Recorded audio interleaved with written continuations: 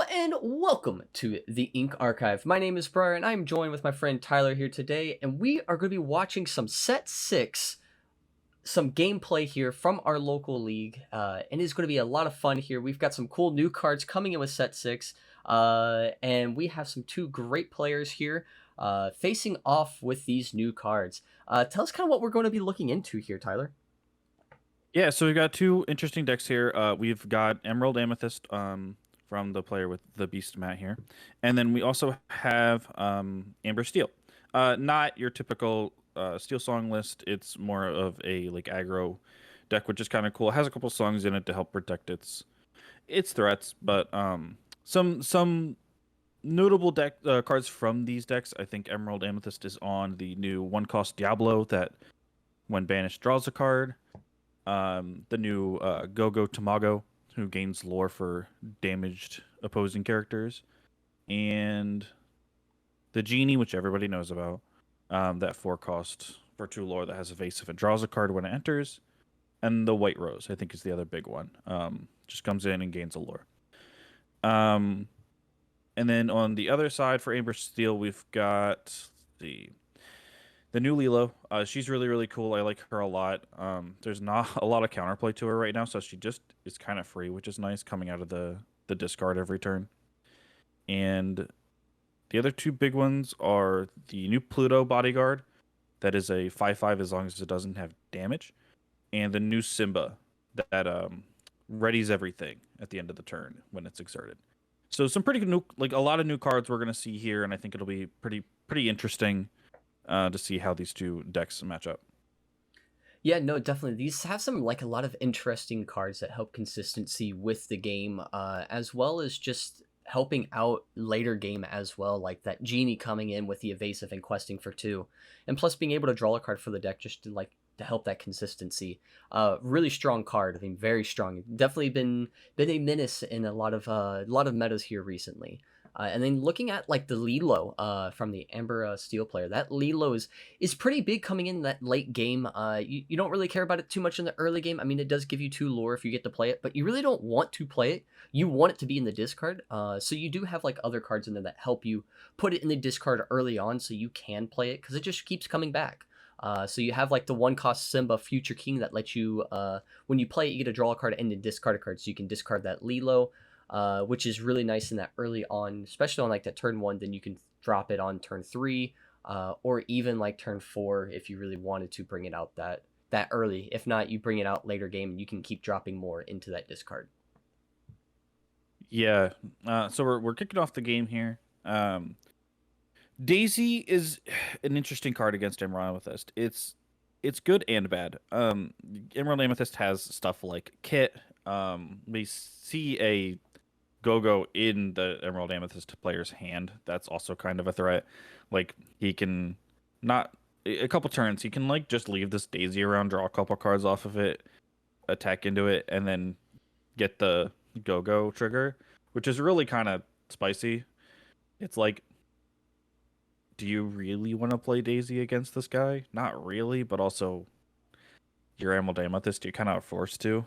Like it's one of your better cards in the deck. So that'll be interesting to see if Emerald Amethyst tries to set up some kind of play off of Go-Go here. Yeah, I mean, it seems like it's pretty much what you can go into here, which is kind of nice. Put the damage down, but probably just wants to go on ahead and just knock out that Daisy Duck anyway. With playing that Merlin Crab, going in with the Snake and knocking out that Daisy. Yeah, it's probably worth getting rid of right now, because you don't want it to become a problem later. Especially if he has any awareness that Emerald Steel is on any kind of bodyguards or anything, that can be a problem. So he doesn't want to let it sit there forever, but it might be something that comes up later in the game. Like now that this Daisy's here, he might try and take an opportunity to set that up, because that's going to put him super far ahead if he can get rid of this or gain so much lore with this Go-Go. And then it's evasive, which I don't know that Amber Steel has a ton of ways other than like its couple of songs it plays. So Yeah, no, I don't think there's really ways to remove it besides those songs. But what was interesting here is having that piglet tack into the snake. From what it looks like, it seemed like he just didn't want the snake to challenge into the daisy, and then also like or even challenge into the Lilo, knocking it out. Trying to kill both things, but now kind of just was able to knock it out and still having that daisy on the board here. And we play a kit bouncing back that Lilo, inking a Pete now and questing with the daisy for 2. And we see a Captain Hook. Now, this Captain Hook's quite interesting. It pretty much lets you gain 2 lore, but whenever this character is challenged, you get to draw a card, which is really nice. It's a 1/4, and then when this character is exerted, your opposing pirate characters can't quest. So this stops the Piglet and the Shmee from the Amber Steel player from questing. So that's like 5 lore that they can't gain, which is really big. Yeah, I think that's just a happy little accident that happens in this matchup. Um, I spoilers. I talked to this player a little bit, and he had confronted me about playing it, and he really just wants it for the card draw and the fact that it has 4 toughness or 4 willpower. Um, but like he also recognizes that there is just a lot of relevant like pirates now with like you said Smee, with Piglet, and there's a couple others I think that matter, and it he was just willing to try it out tonight. Um, so this, I don't know how it performed exactly. I wasn't here for this week. So we'll have to see if it comes into play or not.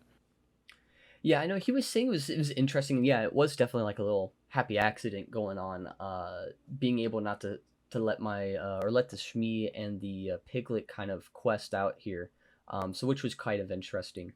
But definitely that 2 lore is really cool and really good there with that 4 willpower is really strong. But we see here that he took out the Daisy Duck here, and we're leaving the 2 Lilos on the board, and the Amber Steel player's trying to figure out what to play here. It looks like we play the Lawrence, which is a 4/4 now with 2 lore, which is good. And then we get to play the Piglet, pirate captain here, and questing out with the Lilos, gaining 4 lore, putting it to 8, which is getting up there, doing what aggro things do, questing a lot, gaining the lore quickly, and we'll see what the Emerald Amethyst player here can do to kind of counterbalance it. Yeah, he's got to start stifling the bleeding a little bit. I think I just saw. Was that a Peter Pan? No, he's gonna play the bell. Yeah, he'll I play think the I saw bell. the. Yeah, I think I saw the Shadow Finder in his hand. That's kind of neat here. I do like that card a lot. Um, if he can find any time to bounce like this go, actually, he can literally bounce almost anything on his board, and it's kind of neat. Getting Bell back would be neat, just to like heal things and get rid of these Lilos that are going to keep hitting the board, and we're like putting damage on these Lawrences so that they actually don't do a whole lot. Um, yeah, he's got a lot of options here. I just don't know how he stifles the bleeding. There's a lot of lore on the board here that, and not a lot of ink to deal with it. So we'll see. Have to see how he handles it.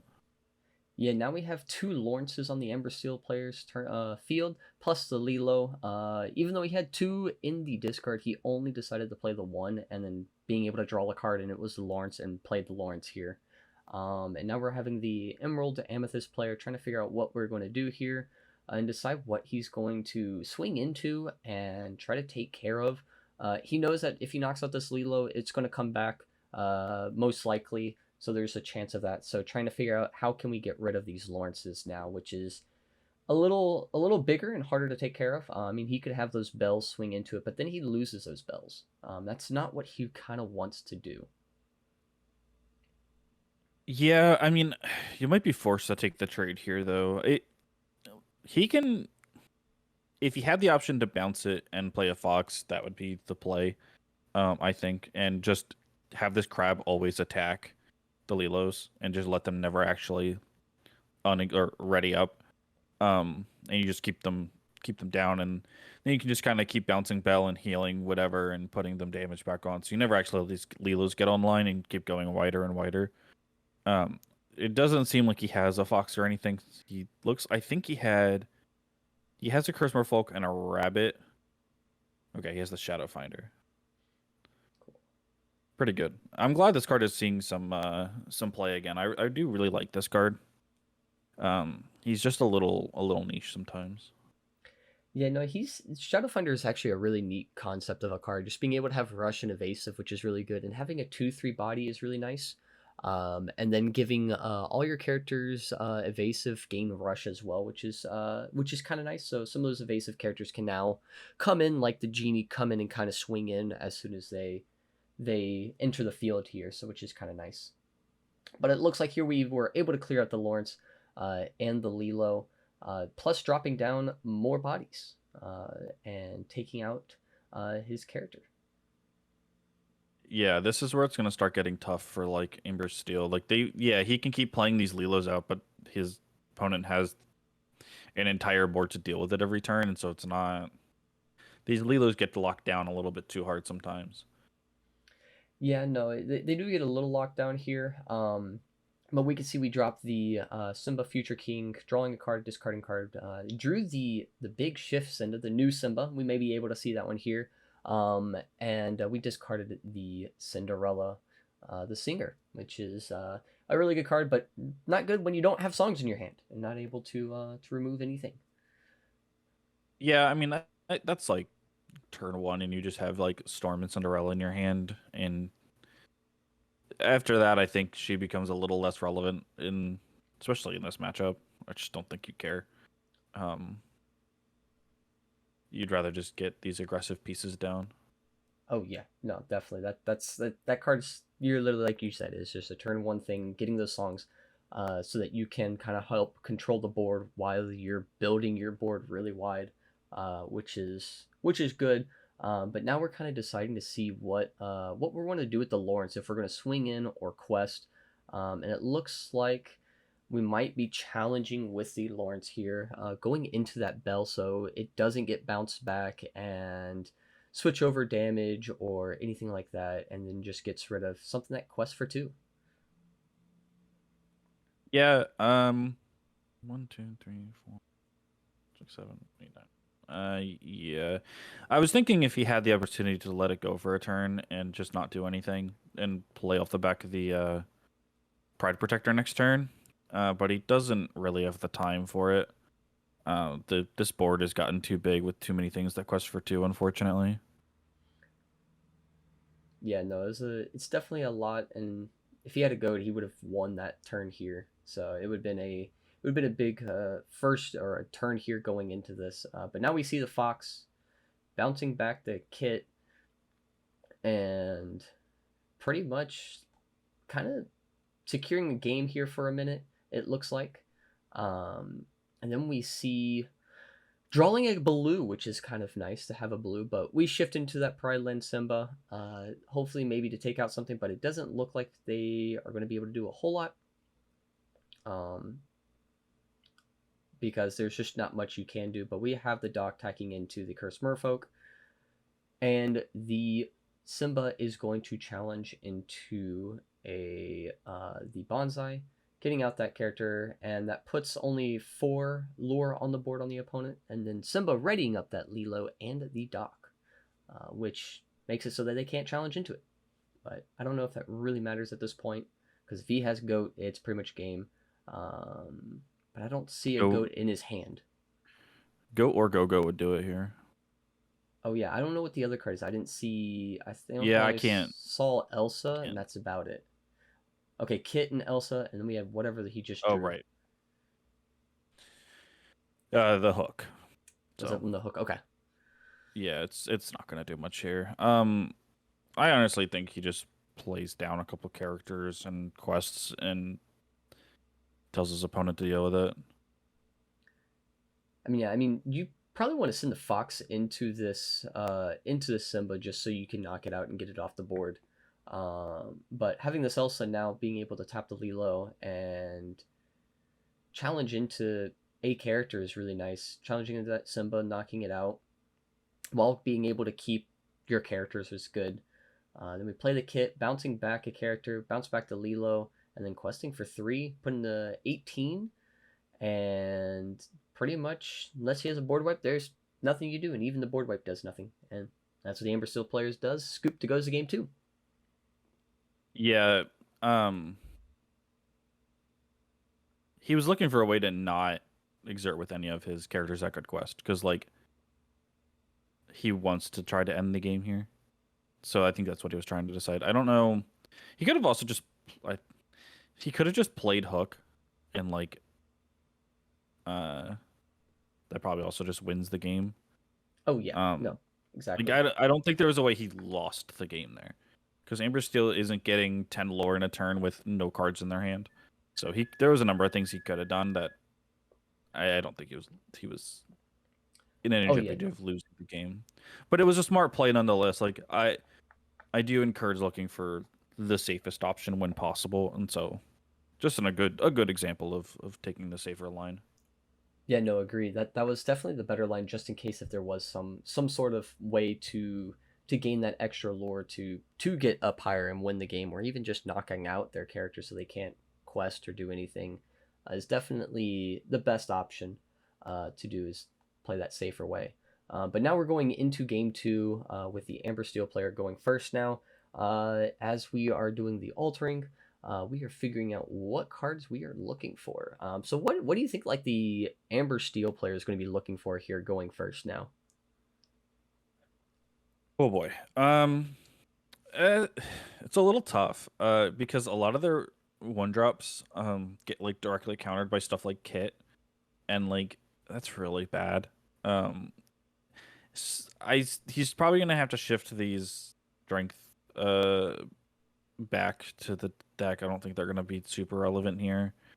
Um, he doesn't have anything that can sing it.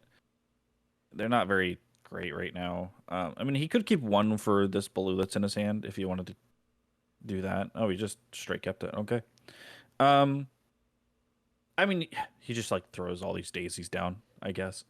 Like, That's what it looks like. He it, has daisies and yeah, Simbas and Lilo in hand plus the blue. I mean, he kind of just has a good kind of curve. It looks like, and then just inking those songs because he can't sing them or anything.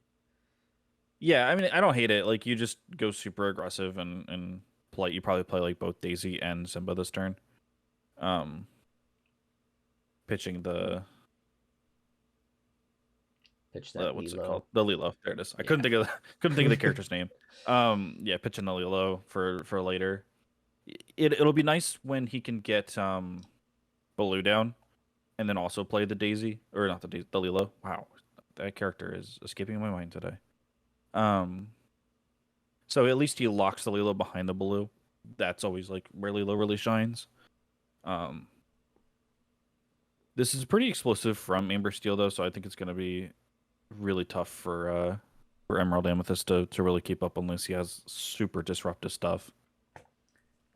Yeah, that's from what it looked like, there's not a lot of disruptive stuff in the Amethyst Steel player's hand right now. I mean, he's got Snake in there to kind of help do some things, but nothing to really go off on turn 2. It looks like. I mean, it looks like he's got stuff for the later on turns, but not this one. I don't know if that's a kit in his hand. It looks like that is a kit that he has, so he could drop that and bounce one of those Daisy Ducks back to hand, which might be an option as well. Yeah, that was a kit. Um, Yeah, Kit's extremely good here. He could also bounce this. Uh, Blue doesn't seem like the greatest thing to bounce. I don't know. It's really tough because like I don't know that there's a way out for Emerald Amethyst at this point. Actually, it it's way too slow, and he's gonna have to deal with this blue. If he's if he reads too much into it, he could bounce blue and kill the Simba. Um, obviously, Amber still has the shift target in his hand. If he was wary of him having the shift targets, he knows that he is playing at least some of them. Maybe he's a little scared of that, but he's also only has 2 cards in hand, so I don't know how scared Emerald Amethyst has to be of playing the 50-50 of does he have the shift or not. yeah, no, that would be. I mean, assuming you probably are playing a 4/4, full four of each, you're pretty much going to go back into it. and probably even just looking for it too. I mean, he knew he didn't mulligan, so he probably knows that he has a good start and already looks like he had a good start anyway, with everything. And then just being able to draw on that Simba kind of just helps a lot of other things going on. But here we see the kit bouncing back to Daisy, Snake challenging into the Baloo, Baloo gaining the 2 lore after being banished and going into the next turn. Yeah, I mean, I don't hate it. It was fine. He can't account for everything. He also has another kit in his hand, which means next turn he does actually get to um attack and get rid of this Simba, and then also get rid of Daisy, which is nice. Yeah. Um. Oh well, there's another one. I mean, he did bounce it This back, is gonna so it was going to come out. yeah. I mean, this is already looking like I don't know if there's really a way to come back from this. I mean, he can challenge into the Simba, but that's going to set him far behind, I think. I don't think there's really ways to answer these daisies now in a timely Oh, manner he has a without. crab in his hand. He does have Yeah, he crab. has a crab. That could get him. Um, 'Cause I uh, know he has an Elsa. he, yeah, but he doesn't have nothing to play the Elsa yet. Also, Elsa doesn't really do a ton right now. She like doesn't have enough power to deal with these daisies. I mean, he could attack two things into a daisy, but that also seems like really slow, especially when his opponent has this 4/4 that's going to keep running. He has to deal with the Simba right now. I think that's his biggest threat. Mm-hmm. I think he's kind of forced into play kit, bounce one of these daisies, and then um take out the Simba. I think he's kind of he can also play this Curse Merfolk too. Like he has 4 ink, so it's not like he's not gonna have anything on the board. Yeah, so we do play the kit, gets bounced to Daisy, and then playing Curse Merfolk, just like doing that, and then taking both to challenge into the Simba, and almost clearing the board completely. But now we get to go in the start of the turn, playing that Lilo, coming back from the discard like she does, being that escape artist coming back. And now we have the 2 ink, figuring out if what we're going to play. We have the Daisy, and then we're inking the Mr. Shmee, playing it to do the Daisy Duck, and then playing Doc, the Knight, which is going to let us discard our hand, draw 2 cards. But since he doesn't have any cards in his hand, he doesn't get to discard anything. So he just draws 2 cards. Yeah, this is a tough spot. So if this if he didn't have an explosive such an explosive turn this turn, Emerald Amethyst actually has some like neat plays they can do. They can do like crab, give the power to like Kit to take out this. Like there's a couple. Yeah, this is gonna be really tough. There's not a lot he can do here. I think he just doesn't have the ink to do it. I think he has like the answers in his hand to deal with basically everything here. He just doesn't have the ink to do it all, which is a little rough. And that's what aggro does, makes it so that they puts them in a tough situation when they don't really have a lot of ink, which is definitely good for the Ember Steel player here. Of course, being able just to build this wide of a board and keeping maintain of it has been really nice. And even though the Amethyst Emerald player has just been bouncing some of those cards back in the hand, he just gets to replay them and bring them out and keeping that board wide and making it still harder for the opponent to do anything, and they have to answer their board. So he has a way to live. If he plays this Elsa and taps down or exerts the dock, he can attack the dock and kill the Lilo this turn, and he lives for a turn. I don't know that that helps him too much, Doc has but 3 health. Does Elsa have? Elsa has 2 attack though, right? the dock. Yeah, Doc has is a 1/3. Oh, he's a one. I thought he was a 2/1. I excuse me. Why am I thinking he's a 2/1? That would be happy. Yeah. I think we just Yeah, scooped. he doesn't have a. Yeah, he Yeah. doesn't have a way out. Wow. Okay. All right, now we go My to bad game then. 3. Yeah, no, the Doc having 3 health is actually quite interesting. I had to take a second look at that at times and go, wait a second, this is a 3 health. This actually isn't that bad because I thought it was a 1/2 with 1 strength and 2 willpower, but that 3 willpower is actually pretty good for the effect, and being a 2 cost has been kind of nice. Yeah, all these dwarves tend to run together for me, especially these newer ones that like are all like knights in that same 1 through 3 cost. Oh yeah. So I have to look at them all the time. And to be fair, I don't know how many people actually end up playing Doc. So but you don't see it a ton at our league, so um not super familiar with it. Neat Yeah, card though. I mean, I do like this card. It's definitely good for like the aggro deck. He obviously just dumps his hand out and then gets to draw 2 cards, and it's something to keep him in the game. yeah, Those it two has like cards some typically just helping. So you know, Yeah, it has like some similarities to like Whole New World. I mean, you don't get to draw fresh 7 cards, which is kind of busted.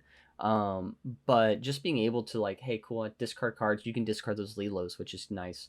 But then just being able to replenish your hand, even though it's 2 cards, those 2 cards sometimes matter. And what you're looking for and what you need. Like you could be getting a song and you have that Lilo on board, and being able to grab that strength or the storm and having that in the field, so you can just remove some of the characters, which is kind of nice, or being able to get some of the characters for next turn, things like that. So which is really a really good card. It's definitely got a lot of play in like those aggro type of decks. Um, and I've been seeing some people play it in the Amethyst Steel variant. I've been seeing some people kind of test around and play around with that, and that's been a an interesting card to see in there. But it's definitely a very interesting card, and so you don't have to play like Whole New World. Now you have a body on it, which is kind of nice. yeah, I think in this Amber Steel deck, it's more akin to like a Friends on the other side because you're effectively never actually discarding something that you want to discard. It's really just a draw two, and if you're discarding Lilo, I don't count that as discarding cards because you just want those there anyway. So Exactly. you're Yeah. No, always those you're Lilos always are need to plus be there. two on it. Mm-hmm. So we're starting off game 3 here with the Emerald Amethyst player going first. We play a Diablo, our new Diablo, which says whenever this character is banished, you may draw a card. So which is different from the green Diablo, being able to see that opponent's hand, but now we don't have to worry about it. It's just, hey, we get to draw a card now. Yeah, this card is pretty good. Plays super well with crabs, which of course Emerald Amethyst is on. Um, Going first is a huge deal for um Emerald Amethyst here, especially because you get to do this. Um, there's probably like, while it's not the most important thing, taking this song out of the hand and leaving this Cinderella to do basically nothing is super huge for Emerald Amethyst because a lot of their like 1 through 3 cost cards only ever really have two willpower. So getting rid of it is super nice. Like this Cinderella is just not going to do anything. It's probably just going to quest and die to something. Yeah, no. Which Once you remove those songs, that Cinderella just becomes pretty much useless at this time, unless if you just see more songs strolling in. Sadly, he didn't have a second song in the hand, but it happens. But we're gonna ink this Lilo, which usually don't like to ink, but sometimes you just gotta do what you gotta do. But this Cinderella then challenges into the Diablo, and then we get to play a Shmi. So having this 3/3 quest for 2. oh, this is going to be funny. I hope he gets to play this big Ursula. I like this big Ursula a lot. It's not super relevant in this matchup, but it doesn't mean it's not cool and good. I mean, to be fair, when it quests, it gets to exert things, and that's pretty good against like the aggressive decks. So you could deal with their stuff before, and it's especially against this like this Simba that's trying to protect their stuff by readying. You can kind of subvert the Simba ability a little bit. I hope he gets to play it. I don't know that he will, but it would be kind of cool.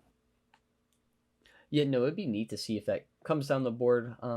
It's definitely a big body, and I don't know if they really Ember Steel really has a way to answer that Ursula. I think it just comes out and you kind of go oop and get scared of it and hope you can either quest out or hope you do something with it. But it doesn't seem like there's gonna be a lot. But we do get to play the Madam and Fox challenging into the Cinderella here. He did forget the quest with the Ursula, so he did get to forget to do that. I think he said like he forgot to do it after he did it. But now we see going next turn, inking the Pluto and then playing the Baloo here. questing for Shmi, gaining that 2 lore. So now we have a little bit of protection, plus getting that lore off of Baloo as well. Yeah, this turn's gonna be kind of cool. He could either do, I don't know that he should, but he could do. Okay, this is what I wasn't sure if he was gonna do this or not. He either could do the kit and attack Baloo, or play kit, bounce Baloo, attacks me, or just do what he's doing here and get 2 bodies on the board. I like both options. Seems like he's going for this Ursula. He's gonna try and force it a little bit. I don't think it's the worst thing in the world to do. He's got this genie in the back and this crab in the back, so he's got like defensive options, which is nice. So Yeah, no, he definitely has some defensive options, and then he's also got this bonsai and the fox here that's going to attack for 3 and attack for 4 as well, which is big. And then here is that Ursula. We shifting the Ursula here, and we have that big old body of 4/7 and quest for like 3, right? Yeah, she quests for 3, and then when she quests, she can exert a character, and nothing else can sing except for her. Not that I don't think that's going to be too relevant here, but it might be. Yeah, no, things going exerted for singing, I don't think is super relevant, and there's only like a couple times you'd really see it, but you don't see it very often.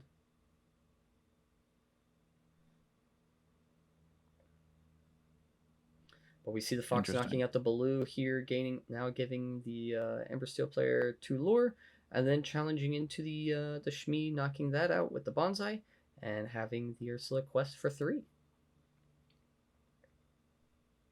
Yeah, he's probably going to try and just utilize Fox and Ursula to take care of basically anything that comes down on the board, and then he gets to play this genie, and this genie is just going to try and win him the game.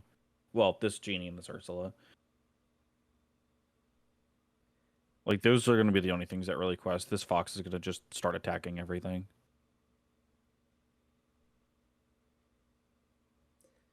Now we see this dock here, drawing the 2 cards, discarding the hand, but not much they can do here. But it looks like we do have the storm, so you might be able to answer the fox next turn, which can be kind of big here. But it might, with that genie coming out, not knowing that there's that genie in the hand, might be a little rough here for them. But now we see the genie.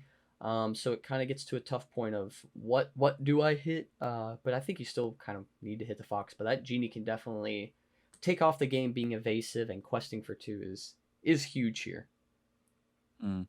Yeah, our Amethyst player, I don't think realized the other. I don't know if he knows this other ability on this Ursula. He could have taken out the Smee, which would have been huge. And then this Storm doesn't really have a good target. Yeah. He also could have purposefully done it just to try and get ahead, but I think he should have. Or if he had realized it, he would have done it. Because there was really no reason not to take out this Smee.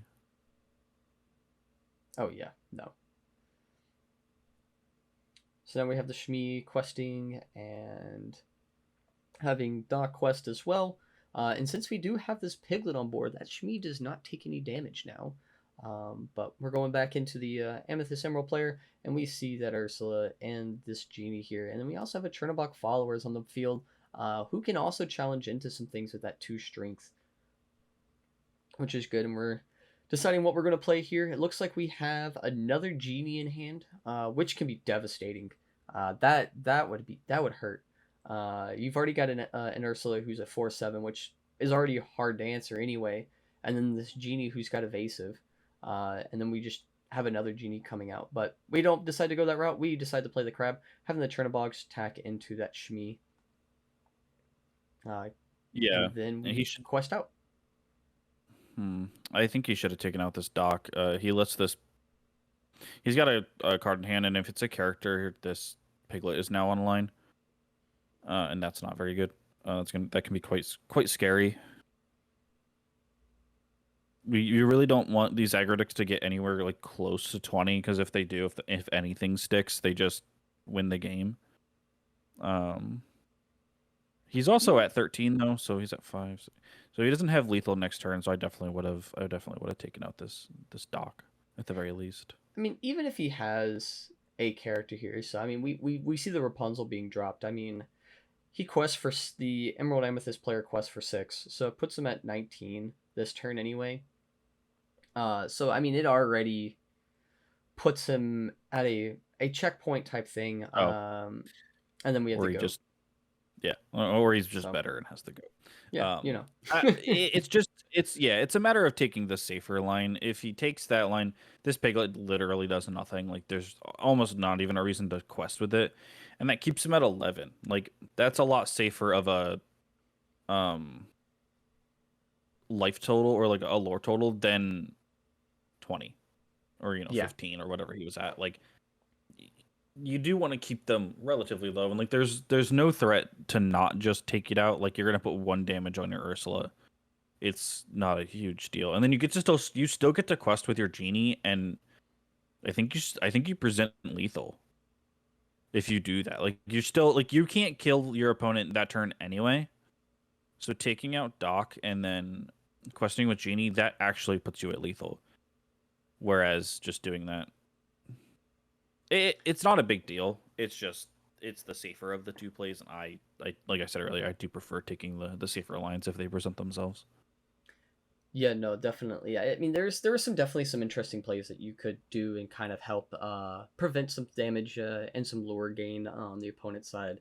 That was definitely there. But I mean, seeing what routes that he was trying to take and seeing what he could do was quite interesting and very well done. Winning that last round and definitely having it look like he had two goats in hand. So he could have played the goats and kind of done some things with that, which was kind of neat. I mean, goats, as they say, the goat. So which is quite fun closing off those games with goats. Just being a surprise. But that was definitely a very fun match to watch. Yeah, I mean, I didn't know he had goats in his hand either. We couldn't see him, so he may have realized he had goats in his hand and just been like, "Oh, I just win the game next turn anyway." So that could have been it too, which is fine. I mean, that's a safe line as well. We just don't have any way to know that. I think he had one goat in hand prior to everything, and then he drew Yeah, one for turn, I believe, and it was just like, oh yeah, we'll just quest and play it and go. But gotcha, yeah, that was a gotcha. really great match. So I hope you guys enjoyed. If you did, make sure you click that like button down below, and make sure you click the subscribe button to follow and see more Set Six gameplay coming in here because there's some really cool, fun gameplay and competitive ones coming here as we're going into the new year. And I hope you guys enjoyed. Until next time, we will see you later. Bye.